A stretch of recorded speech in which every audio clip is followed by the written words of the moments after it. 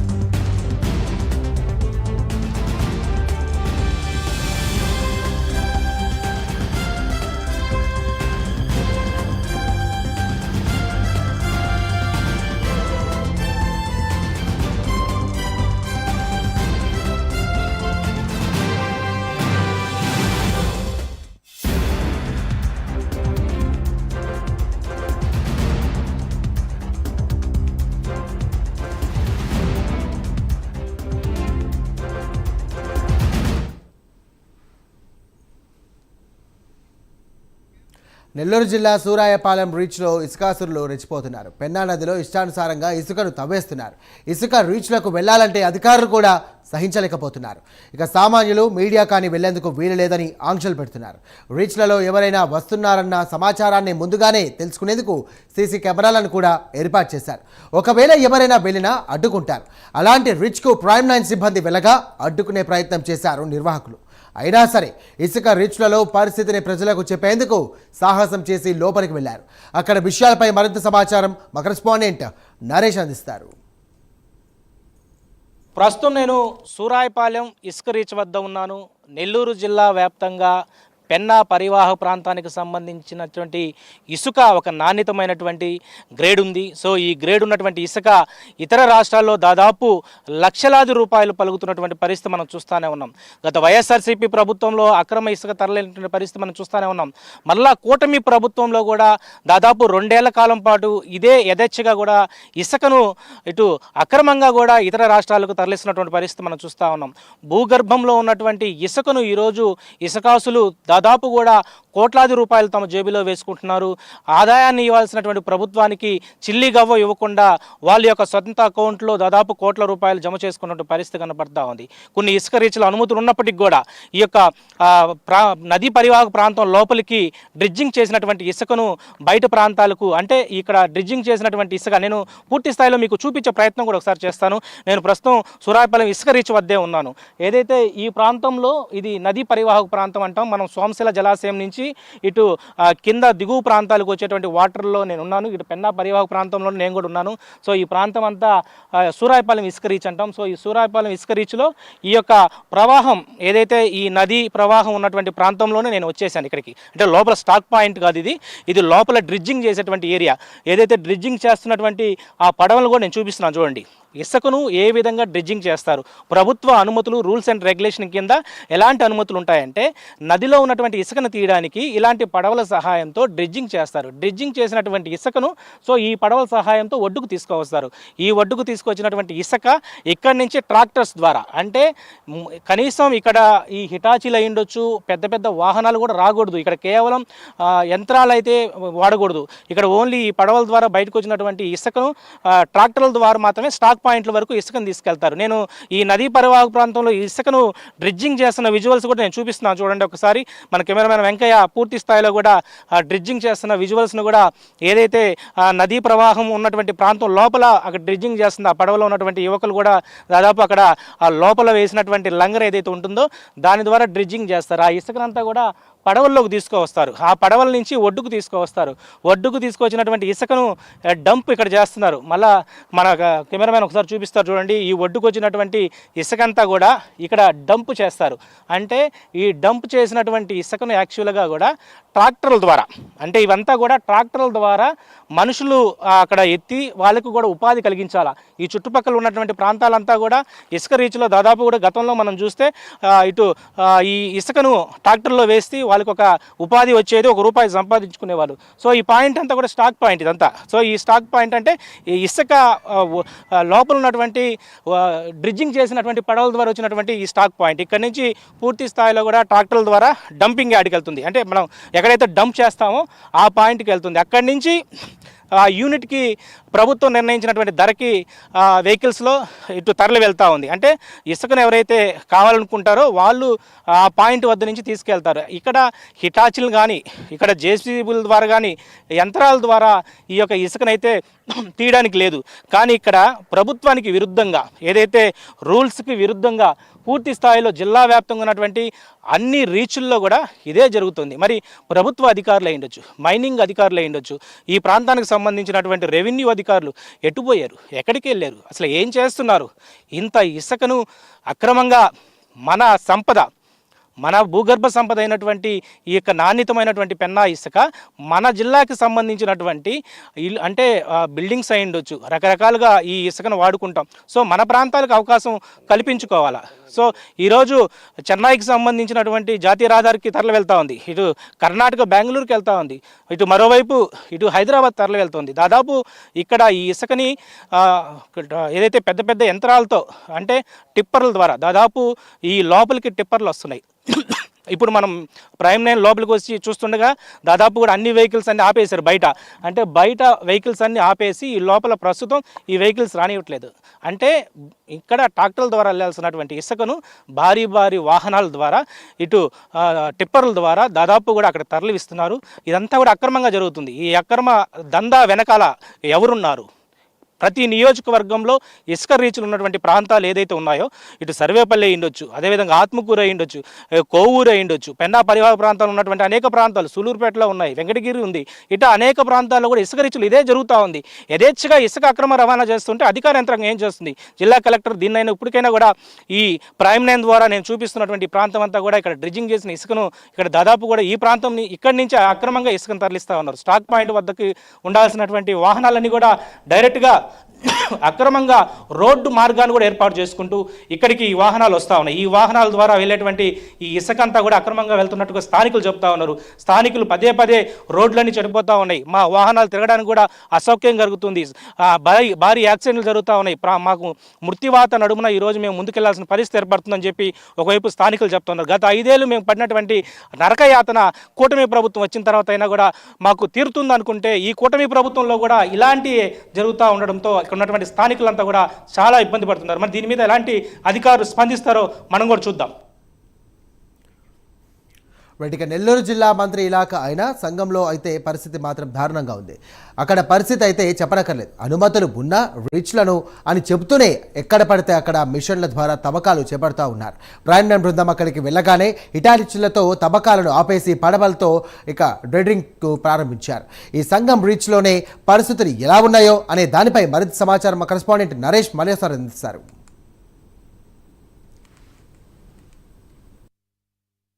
So ప్రస్తుతం నేను సంగం రీచ్లో ఉన్నాను. సంగం రీచ్ సంబంధించినటువంటి పెన్నా పరివాహ ప్రాంతంలో ఎక్కడైతే డ్రిడ్జింగ్ చేసి ఆ ఒడ్డుకు చేర్చేటువంటి ఇసుక ఉన్నటువంటి ప్రాంతంలో నేను ప్రస్తుతం ఉన్నాను.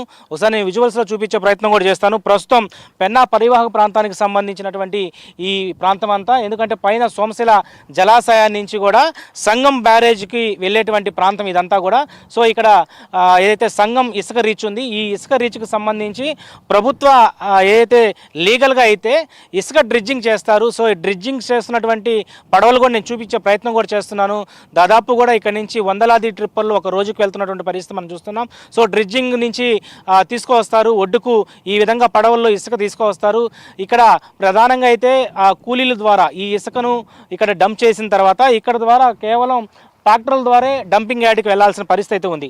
డంపింగ్ యార్డ్లకు ఇసుక కేవలం ట్రాక్టర్ల ద్వారా వెళ్ళాలా, కానీ ఇక్కడ ప్రభుత్వానికి సంబంధించి ఏదైతే మొత్తం కూడా విరుద్ధంగా చేస్తున్నటువంటి పరిస్థితి కనపడుతూ ఉంది. డైరెక్ట్గా నదీ పరివాహక ప్రాంతాలకు సంబంధించినటువంటి ప్రాంతంలో డైరెక్ట్గా కూడా మనం చూడొచ్చు, ఒక వెహికల్ ఇప్పటికే వచ్చింది, ఆ వెహికల్ కూడా వెనక్కి వెళ్తున్నటువంటి పరిస్థితి కనపడుతూ ఉంది. మన కెమెరామ్యాన్ వెంకయ్య ఒకసారి వెనక్కి చూపిస్తాడు. ఇక్కడ లోపలికి వచ్చేటువంటి వెహికల్ కూడా తిరిగి వెళ్ళిపోతూ ఉన్నాయి. ఎక్కడికెక్కడ కూడా వెహికల్స్ వచ్చేటువంటి పరిస్థితుల్లో ప్రైమ్ లైన్ ఈరోజు ఇక్కడికి వచ్చింది. అంటే ఎక్కడైతే నదీ పరివాహక ప్రాంతం ఉందో ఈ యొక్క డంపింగ్ యార్డ్ నుంచి ట్రాక్టర్ల ద్వారా ప్రధానంగా ప్రభుత్వం సూచించినటువంటి ప్రాంతానికి ట్రాక్టర్ల ద్వారా వెళ్లాల్సినటువంటి పరిస్థితి అయితే ఉంది. అయితే ఇక్కడంతా కూడా నిబంధనలకు విరుద్ధంగా కూడా ఈ యొక్క ప్రాంతం ఉందని చెప్పుకోవాలా. ఇది మంత్రి ఆనం ఇలాకాలో జరుగుతున్నటువంటి అవినీతి భాగోతాన్ని ఈరోజు ప్రైమ్ లైన్ ద్వారా మనం చూపించే ప్రయత్నం చేస్తున్నాను. ఇసుక రీచుల వద్ద డైరెక్ట్గా కూడా 10 టైర్స్ అయ్యొచ్చు, టిప్పర్లు వస్తూ ఉన్నాయి. అంటే టిప్పర్లు ఎందుకు రావాలా? ఈరోజు అధికారులు ఏం చేస్తున్నారు? మామూలు మత్తులో నిద్రపోతున్నటువంటి పరిస్థితి కనపడుతుందా? ఈ టిప్పర్ల ద్వారా, హిటాచీల ద్వారా, యంత్రాల ద్వారా ఈరోజు వందలాది టిప్పర్లను కూడా డంపింగ్ యార్డ్ కాదు డైరెక్ట్గా ఇతర రాష్ట్రాలకు తరలించేటువంటి పరిస్థితి కనపడతా ఉంది. నేను చూపిస్తున్నటువంటి యంత్రాలు హిటాచీలు అయ్యుండొచ్చు, ఈ టిప్పర్లు అయ్యుండొచ్చు, ఇక్కడ ఉన్నటువంటి సిబ్బంది అయ్యుండొచ్చు. వీళ్ళందరూ కూడా ప్రస్తుతం ఇక్కడికి మనం రావడమే లేటు. దీనికి సంబంధించినటువంటి ఇన్ఛార్జీలు ఎవరైతే ఉంటారో వారందరికీ కూడా వాళ్ళు పూర్తి స్థాయిలో కూడా ఇన్ఫర్మేషన్ ఇవ్వడం, ఇక్కడికి ఎవరైనా వస్తే భయభ్రాంతులు గురి చేయడం. మంత్రి ఇలాకా సంబంధించినటువంటి ఈ ప్రాంతం, మీరు ఇక్కడికి ఏమైనా వస్తే మాత్రం మర్యాదగా ఉండదు, అదేవిధంగా కొన్ని ఇబ్బందికరమైనటువంటి వాతావరణం సృష్టించే పరిస్థితి అయితే ఉంది. కానీ ప్రైమ్ లైన్ ఇక్కడ ఈరోజు ఇసుక రీచ్ల వద్ద ఉన్నటువంటి పరిస్థితిని చూపించే ప్రయత్నంలో భాగంగానే ఈరోజు ఈ రీచ్ వద్దకు వచ్చాం. దాదాపు కూడా సోమశిల జలాశయం నుంచి వచ్చేటువంటి వరద నీరంతా కూడా ఈ ఏదైతే సజావుగా వాటర్ అంతా కూడా ఇటు ఏదైతే సంగం బ్యారేజ్కి వెళ్ళాలా, సంగం బ్యారేజ్ నుంచి అదేవిధంగా పెన్నా బ్యారేజ్ నుంచి నెల్లూరు బ్యారేజ్ దాకా సముద్రంకి వాటర్ వెళ్ళాలా. ఎక్కడికెక్కడ కూడా అడ్డుగోళ్లు కడతా ఉన్నాం. నేను విజువల్స్ చూపిస్తాను. ఇదంతా కూడా రోడ్డుకి అడ్డంగా కూడా అడ్డగోళ్లుగా రోడ్లు వేసేసారు. అసలుకి రోడ్లు వేసేటువంటి పరిస్థితి ఉండకూడదు. ఇసుక రీచ్లు అనేది ఒక పాయింట్ ఇస్తారు. ఇసుక రీచ్ల కోసం ఇవన్నీ కూడా కట్టుకోవాలా, అంటే రోడ్లు వేసుకోవాలి. కానీ ఇంత బరి తెగించినటువంటి రోడ్లు ఈరోజు నదీ పరివాహ ప్రాంతానికి ముప్పు వాటిల్లే విధంగా ఈ రోడ్లు వేయడం అనేది చాలా అన్యాక్రాంతమైనటువంటి విషయం. ఈరోజు చూడండి, ఎక్కడికెక్కడ రోడ్లు వేసేసారు. దాదాపు కిలోమీటర్ల మేరకు రోడ్లు వేసి ఈరోజు ముంపు ప్రాంతాలు ఏదైతే పెన్నా పరివాహక ప్రాంతానికి సంబంధించినటువంటి చుట్టుపక్కల ప్రాంతాలంతా కూడా ముంపు వాటిల్లేటువంటి పరిస్థితి ఉంది. ఈరోజు ఈ వాటర్ అంతా కూడా స్టాక్ అయిపోతుంది. ఒకవేళ వరద ఎక్కువగానే వస్తే ఈ వాటర్ అంతా కూడా ఈ రోడ్లు ఏదైతే ఉన్నాయో ఈ రోడ్ల వల్ల దాదాపు పల్లెటూర్లు పెన్నా పరివాహక ప్రాంతం సంబంధించినటువంటి ఆనుకున్నటువంటి అనేక గ్రామాలు సైతం ముప్పు వాటేళ్ళే పరిస్థితి కనపడుతుంది. మరి ఈరోజు ఇలాంటి సంగం రీచ్ అయ్యిండొచ్చు, అదేవిధంగా ఇరువురుకు సంబంధించి అయ్యిండొచ్చు, అదేవిధంగా సూరాయపాలెం రీచ్ అయ్యిండొచ్చు, ఇట్లా వెంకటగిరికి సంబంధించినటువంటి అనేక రీచ్, అప్పారపాలెం రీచ్, అట్లా ఆత్మకూరు నియోజకవర్గంలో దాదాపు కూడా అనేక రీచుల్లో ఇదే తరహాలో దందా నడుస్తుంది. మరి మంత్రి ఆనం రామనారాయణ దీన్ని ప్రాతినిధ్యం వహిస్తున్నారు. మరి ఆయనకు తెలియకుండా జరుగుతుందా అంటే కొన్ని ప్రశ్నలు అయితే వెళ్తున్న పరిస్థితి కనపడతా ఉంది. స్థానికులే ఉండొచ్చు, ఇక్కడ ఉన్నటువంటి ప్రజలు కూడా ఇటు ఇసుక ఏదైతే ఇసుకాస్తులు చేస్తున్నటువంటి పనితీరు ఏదైతే రోడ్లన్నీ కూడా పూర్తి స్థాయిలో డ్యామేజ్ అయిపోయి స్థానికులకు అనేక యాక్సిడెంట్లు పాలై మృత్యువాత పడతా ఉన్నారు. మరి ఈరోజు వందలాది టిప్పర్లు ఇదే ప్రాంతం నుంచి, ఇదే ఇసుక రీచ్ నుంచి డైరెక్ట్గా నది పరివాహక ప్రాంతానికి దాదాపు కూడా వందలాది టిప్పర్లు వస్తున్నాయి. ఈ ప్రాంతం నుంచి నెల్లూరు జిల్లాకి ఏమన్నా ఈ ఇసుకని పెన్నా పరివాహక ప్రాంతం సంబంధించినటువంటి ఇసుకను, ఈ గ్రేడ్ ఉన్నటువంటి ఇసుకను, ఒక బంగారంగా పిలుచుకున్నటువంటి ఇసుకను మనం ఏమైనా వాడుకుంటున్నామంటే ఇదేమి కాదు. ఇదంతా కూడా బెంగళూరు వెళ్తుంది, ఇదంతా కూడా చెన్నైకి వెళ్ళిపోతూ ఉంది, ఇదంతా కూడా తమిళనాడుకి వెళ్తూ ఉంది. ఇంతటి భారీ అక్రమాలు జరుగుతుంటే, ఇంత భారీ అవినీతి జరుగుతూ ఉంటే ఏం చేస్తూ ఉన్నారు ఇక్కడ ఉన్నటువంటి రెవెన్యూ పోలీస్ డిపార్ట్మెంట్? దీనికి సంబంధించి పూర్తి స్థాయిలో కూడా అధికార యంత్రాంగం ఇంతవరకు ఎందుకు స్పందించట్లేదు? ఈరోజు ఇసుక రీచ్లో జరుగుతున్నటువంటి భారీ అవినీతి, కోట్ల రూపాయలు ఎవరి జేబులో ముడుపులు అందుతున్నాయి. ఈరోజు ప్రభుత్వం చూపించినటువంటి 250 రూపాయల టన్ను ఎవరి జేబులోకి వెళ్తూ ఉంది. ఈరోజు డంప్ యార్డ్ నుంచి వెళ్లాల్సినటువంటి పరిస్థితిలో ఈరోజు ఉంటే డైరెక్ట్గా ఇక్కడి నుంచి అక్రమంగా అంటే లెక్క లేకుండా ఎన్ని టిప్పర్లు వెళ్ళాయో కూడా తెలియదు. వాటన్నిటిని కూడా అక్రమంగా ఈరోజు ధనార్జనంగా కూడా ఈరోజు భారీ ఎత్తున ఇసుక అక్రమంగా తరలి వెళ్తున్న పరిస్థితి కనబడుతోంది. మొత్తానికైతే నేను ప్రస్తుతం సంఘం సంబంధించినటువంటి ఇసుక రీచ్ వద్ద ఉన్నాను. ఇక్కడికి డైరెక్ట్గా డ్రిడ్జింగ్ చేసేటువంటి ప్రాంతానికి ఒకసారి నేను చూపించే ప్రయత్నం చేస్తాను.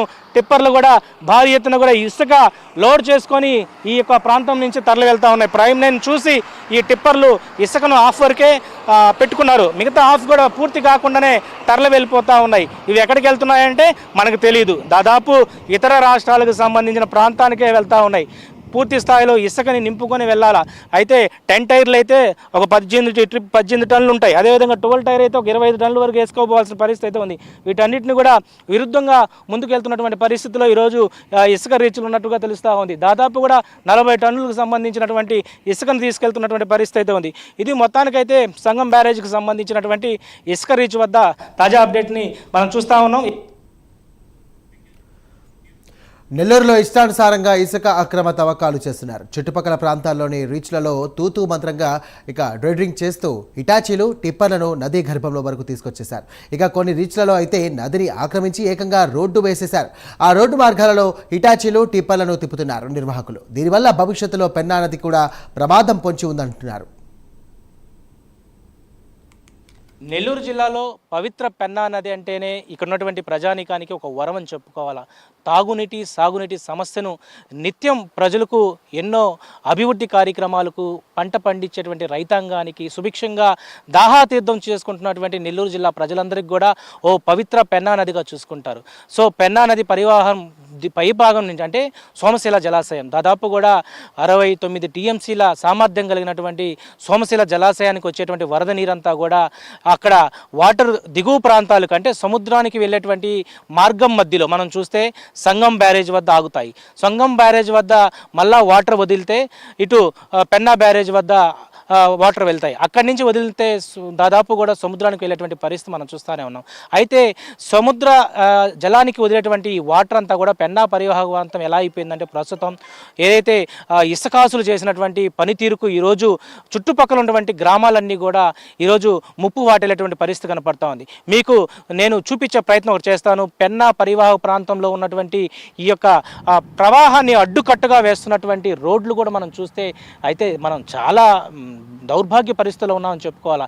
ఈరోజు మన నెల్లూరు జిల్లానే కాదు అనేక జిల్లాలకు కూడా పెన్నా నది ఒక ఆయుకట్టు లాంటిదని చెప్పుకోవాలా. సో పెన్నా పరివాహక ప్రాంతాన్ని ఎక్కడికెక్కడ కూడా వాళ్ళు ఇట్లా రోడ్డు మార్గాలను ఏర్పాటు చేసుకుంటున్నారు. అంటే ఇసుకను తీసుకెళ్లేందుకు టిప్పర్లు తిరిగే విధంగా కూడా ఈరోజు ఈ రోడ్డు మార్గాన్ని ఏర్పాటు చేసుకుంటూ ఉంటే ఎంతటి ముప్పుకు వాటిల్లుతున్నటువంటి పరిస్థితి మనం చూస్తాం. దాదాపు మన గతంలో చూస్తే ఎగువ ప్రాంతాలు కురిసినటువంటి భారీ వర్షాలకు అన్నమయ్య ప్రాజెక్ట్ లాంటివే కొట్టుకొని పోతే సోమశిల జలాశయాన్ని కూడా ఒక ముప్పు వాటిల్లింది. ఆ టైంలో దాదాపు పెన్నా పరివాహక ప్రాంతం ఆనుకున్నటువంటి గ్రామాలన్నీ కూడా చాలా వరకు కూడా ఇబ్బంది పడినటువంటి పరిస్థితి. ఈరోజు ఆ రోడ్డు మార్గం అంతా కూడా దాదాపు కిలోమీటర్ పైగా కూడా పెన్నా నదిలో ఈ రోడ్డు వేశారంటే నదిలో రోడ్డు వేయడం ఏంటి? అసలుకి నదిలో రోడ్లు ఉంటాయి ఎక్కడైనా?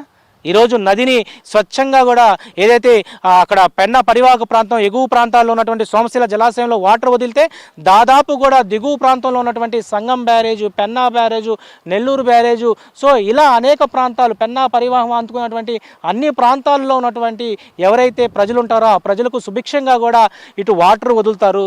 అదేవిధంగా దాహాతీర్థానికి అవకాశం ఉన్నటువంటి వాటర్ అంతా కూడా ఇక్కడ ఇచ్చారు. కానీ ఇక్కడ రోడ్లన్నీ బ్లాక్ చేసేసారు. ఎక్కడెక్కడ పెద్ద పెద్ద పైపులు పెట్టి ఈ పైపుల ద్వారా పైన గ్రావెల్స్ చేసుకున్నారు. అంటే పెద్ద పెద్ద రాళ్ళు బొంతరాళ్ళు ఏర్పాటు చేసుకొని ఈ యొక్క పైపుల పైన రోడ్డును ఏర్పాటు చేసుకొని ఇక్కడ వెహికల్స్ అంతా కూడా పెన్నా పరివాహక ప్రాంతంలోకి వెళ్ళే విధంగా ఒక చక్కటి మార్గాన్ని ఏర్పాటు చేసుకున్నారు ఏదైతే ఇసుకాసులు. ఇలాంటి పరిస్థితుల్లో ప్రభుత్వం ఏం చేస్తుంది? అధికారులు ఏం చేస్తూ ఉన్నారు? ఇరిగేషన్ డిపార్ట్మెంట్ ఏం చేస్తుంది? రెవెన్యూ డిపార్ట్మెంట్ ఏం చేస్తుంది? పోలీస్ డిపార్ట్మెంట్ ఏం చేస్తుంది?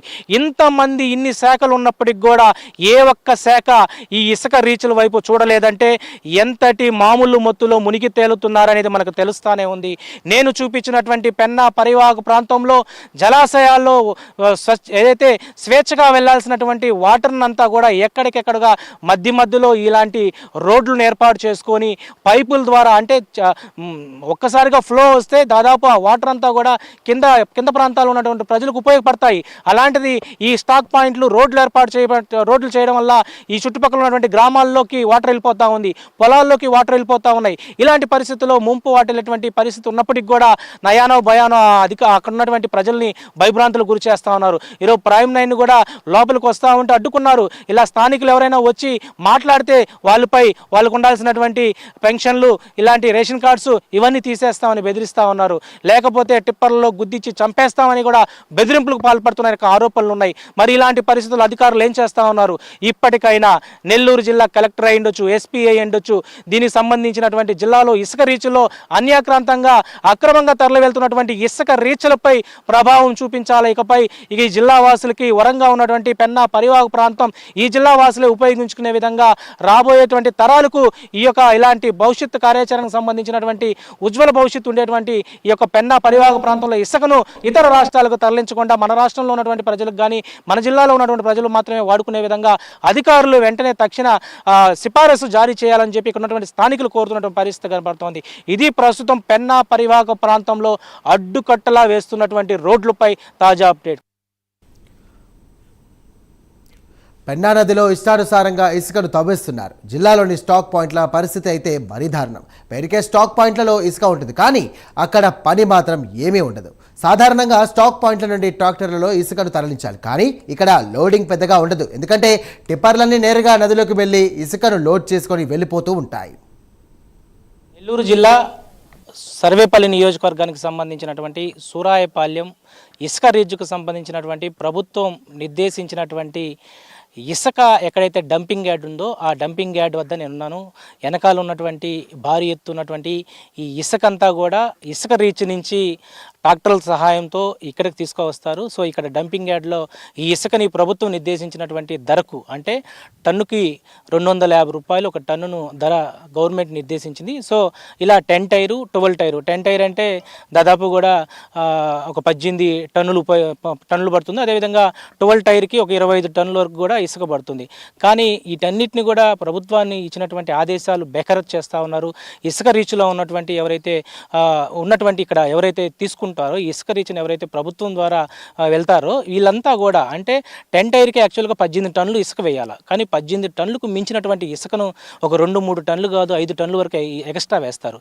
అంటే లోడుకు మించిన అధిక మించిన లోడ్లు కూడా వెళ్తూ ఉన్నాయి. నేను ఒకసారి ఈ ఇసుక డంపింగ్ యార్డ్ను కూడా నేను చూపించే ప్రయత్నం చేస్తాను. సో ఈ ఇసుక డంపింగ్ యార్డ్ అంతా కూడా నేను చూపిస్తున్నాను. ఇది సూరాయపాలెం ఇసుక సంబంధించిన డంపింగ్ యార్డు. దాదాపు కూడా ఇక్కడ రాత్రింపగళ్ళు కూడా డ్రిడ్జింగ్ చేస్తున్నారు. ఇసుకని డ్రిడ్జింగ్ చేసినటువంటి ఇసుకనంతా కూడా తీసుకోవచ్చి ఈ విధంగా డంపింగ్ చేసి ఇక్కడ నుంచే 10 టైర్ అయ్యుండొచ్చు 12 టైర్ ద్వారా ఈ యొక్క వాహనాల ద్వారా ఇసుక వెళ్తూ ఉన్నాయి. సో ఈ వాహనాలు ఇక్కడ యథేచ్ఛగా కూడా అంటే ఇక్కడ అక్రమంగా వెళ్తూ ఉన్నాయి. డంపింగ్ యార్డ్ ద్వారా ఉన్నటువంటి ఇసుకను ఎవరు కూడా ఇక్కడ తీసుకోవట్లేదు. అంటే టన్ను వైడ్ మనకు ప్రభుత్వానికి ఇవ్వాల్సినటువంటి సొమ్ముని ఎవరు చెల్లించట్లేదు. అంతా కూడా అక్రమంగా తరలి వెళ్తున్నటువంటి పరిస్థితి మనం చూస్తూ ఉన్నాం. ఎందుకంటే డైరెక్ట్గా ఇసుక రీచ్ ఎక్కడైతే గర్భంలో నుంచి డ్రిడ్జింగ్ చేస్తున్నారో ఆ ఇసుక పెన్నా పరివాహం నుంచే డైరెక్ట్గా తీసుకుంటున్నారు. ఇక్కడ పెద్ద పెద్ద వాహనాల ద్వారా కూడా నేను వెనక్కి చూపించే ప్రయత్నం కూడా మన కెమెరామెన్ వెంకయ్య చూపిస్తాడు. చూడండి ఒకసారి, ఇదంతా కూడా డంపింగ్ యార్డే. సో ఈ డంపింగ్ యార్డ్లో ఎక్కడైతే ఇసుక డంప్ చేశారో ఇక్కడ ఈ యొక్క హిటాచి ద్వారా టాటా హిటాచి ద్వారా ఈ యొక్క 10 టైరు 12 టైర్కి సంబంధించినటువంటి ట్రక్కులకు వేస్తారు. అయితే ఇదంతా కూడా ఓన్లీ తూతూ మంత్రంగా కొనసాగేటువంటి డంపింగ్ యార్డ్ మాత్రమే. ఇక్కడ యథేచ్ఛగా ఇసుక అక్రమంగా తరలి వెళ్తుందనే దానికి ఏకైక నిదర్శనం ఏంటంటే ప్రైమ్ 9 ఒక లోతైన సమాచారం తెలుసుకునేందుకు ఎక్కడైతే డ్రిడ్జింగ్ చేస్తారో ఆ సూరాయపాలెంకి సంబంధించినటువంటి ఇసుక డ్రిడ్జింగ్ ప్రాంతానికే మనం వెళ్తున్నాం. సో ఇక్కడ వెళ్తున్నటువంటి ప్రాంతం ఏదైతే ఉందో ఆ ప్రాంతంలో అంతా కూడా మనం చూసాము. ఎక్కడైతే డ్రిడ్జింగ్ చేసినటువంటి ఇసుకనంతా కూడా ఒడ్డుకు చేరుస్తున్నారు. ఒడ్డుకు చేర్చినటువంటి ఇసుకనంతా కూడా మరలా హిటాచీల ద్వారా ఆ ప్రాంతంలో డంప్ చేస్తున్నారు. అక్కడ వచ్చేటువంటి 10 టైర్ యాక్చువల్ 10 టైర్లు 12 టైరు ఈ వాహనాలన్నీ కూడా ఇక్కడికే రావాలా, ఈ ప్రాంతానికి వచ్చి తీసుకువెళ్ళాలా. టన్కి 250 రూపాయలు ఏదైతే ప్రభుత్వం నిర్దేశించిందో ఆ అమౌంట్ని కట్టి చెల్లించాలా. కానీ ఇదంతా కూడా లీగల్గా ఉంటుంది. అక్కడికి డైరెక్ట్గా లోపలికి వెళ్తే ఇల్లీగల్. సో ఇల్లీగల్గా దాదాపు వందలాది టిప్పర్లు, 10 టైర్ టిప్పర్లు అయ్యుండొచ్చు, 12 టైర్ టిప్పర్లు, దాదాపు 18 టన్నుల నుంచి 30 టన్నుల వరకు కూడా వాహనాలు, భారీ వాహనాలు, నేను విజువల్స్లో కూడా చూపించే ప్రయత్నం కూడా చేస్తాను. ఒక్కొక్క వాహనంలో దాదాపు 10 టైర్లో 15 టన్నుల ఇసుక పడితే దాంట్లో 22 టన్నుల వరకు ఇసుక వేసుకుంటున్నారు. అంటే ఎంతవరకు హెవీ లోడ్తో వెళ్తున్నటువంటి వెహికల్ని కూడా ఎక్కడ ఆర్టీఏ అధికారులు ఎక్కడ తనిఖీ చేయరు. ఈరోజు రవాణా శాఖ అధికారులు మామూలు మత్తులో మునిగిపోతూ ఉన్నారు.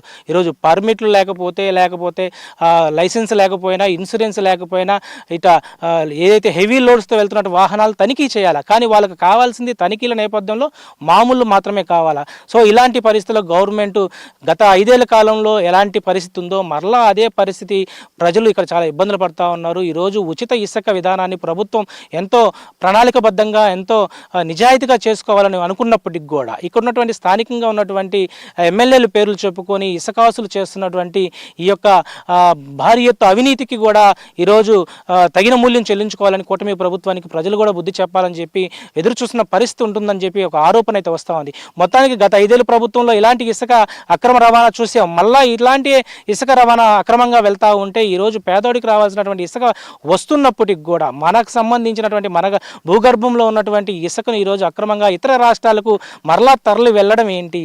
ఈరోజు లక్షలాది రూపాయలకు మన బంగారం లాంటి ఇసుకను ఈరోజు పెన్నా పరివాహక ప్రాంతం ఇసుకను పక్క రాష్ట్రాలకు తరలి వెళ్ళిపోతే రేపు రాబోయేటువంటి కాలంలో మనకి ఇసుక ఎక్కడ దొరుకుతుందనేది ఈరోజు చాలా బాధాకరమైన విషయంగా ఈరోజు స్థానికులు ఎవరైతే ఆరోపిస్తున్న పరిస్థితి కనపడుతుంది. దీని మీద వెంటనే గ్రీన్ ట్రిబ్యునల్ అయ్యుండొచ్చు, స్థానికంగా ఉన్నటువంటి పోలీస్, రెవెన్యూ అయ్యుండొచ్చు, జిల్లా స్థాయిలో ఉన్నటువంటి అధికారులు, మైనింగ్ అధికారులు, వీళ్ళంతా ఏం చేస్తున్నారు? మామూలు మత్తులో మునిగిపోతున్నారా అనేది మాత్రం ఒక ప్రశ్న లేవనెత్తుతున్నటువంటి ఆరోపణలు అయితే వస్తూ ఉన్నాయి. మరి ఈ ఆరోపణలకు జిల్లా కలెక్టర్ చెక్కు పెట్టాలని చెప్పి ఈరోజు ప్రైమ్ లైన్ ద్వారా ఆకాంక్షిస్తూ రాబోయేటువంటి రోజుల్లో పెన్నా పరివాహక ప్రాంతంలో ఉన్నటువంటి ఇసుక అయ్యుండొచ్చు, నది దిగువ ప్రాంతంకి వెళ్ళేటువంటి వాటర్ అంతా కూడా ఎక్కడికెక్కడ కూడా అడ్డగోళ్లుగా వేస్తున్నటువంటి రోడ్లన్నింటినీ కూడా సేఫ్గా, సాఫెస్ట్గా పంపించే విధంగా జిల్లా అధికారులు వెంటనే చర్యలు చేపట్టాలని చెప్పి ఒకవైపు స్థానికులు ఆకాంక్షిస్తున్న పరిస్థితి కనపడతా ఉంది. ఇది ప్రస్తుతం డంపింగ్ యార్డ్ నుంచి తాజా అప్డేట్. రైట్, చూశారు కదా పెన్నా నదిలో సంబంధించి కూడా ఇసుకను అక్రమార్కులు ఏ విధంగా తోడేస్తున్నారు. మరి అధికారులు ఇప్పటికైనా స్పందిస్తారో లేదో వేచి చూడాలి. ఇది ఇప్పటివరకు ఉన్నటువంటి స్పెషల్ గ్రౌండ్ రిపోర్ట్. మరో అంశంతో మళ్ళీ కలుద్దాం. అంతవరకు చూస్తుండండి ప్రైమ్ 9.